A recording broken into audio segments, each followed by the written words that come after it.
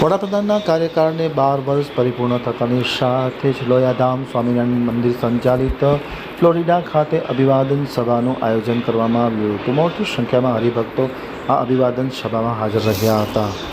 હવે જોઈએ આંતક ન્યૂઝનો એક વિસ્તૃત અહેવાલ. શ્રી સ્વામિનારાયણ મંદિર લોયાધામ ફ્લોરિડા ખાતે વડાપ્રધાન નરેન્દ્ર મોદીજીની ઐતિહાસિક સિદ્ધિ બદલ ભવ્ય અભિનંદન સભાનું આયોજન કરવામાં આવ્યું હતું. 13 જૂન શનિવારના રોજ આ ભવ્ય અભિવાદન સભાનું આયોજન કરવામાં આવ્યું હતું. સદગુરુ શાસ્ત્રી ઘનશ્યામ પ્રકાશદાસજી સ્વામીના દિવ્ય માર્ગદર્શન હેઠળ આ સભાનું આયોજન કરવામાં આવ્યું હતું. અમેરિકાના અગ્રણીઓ, ભારત સમુદાયના નેતાઓ અને સેંકડો હરિભક્તો આ અભિવાદન સભામાં ખાસ હાજર રહ્યા હતા. આ પ્રસંગે ઉદ્યોગપતિ ડૉક્ટર કિરણ પટેલ, ગ્લોબલ ડાયલેક્ટ ફાઉન્ડેશનના ચેરમેન બાવા જૈન, બીજેપી યુએસના પ્રમુખ ચંદ્રકાંતભાઈ પટેલ, ટેમ્પો ગુજરાતી સમાજના પ્રમુખ સંદીપ પટેલ ખાસ ઉપસ્થિત હતા. તેમની ઉપસ્થિતિમાં આ કાર્યક્રમ યોજવામાં આવ્યો હતો.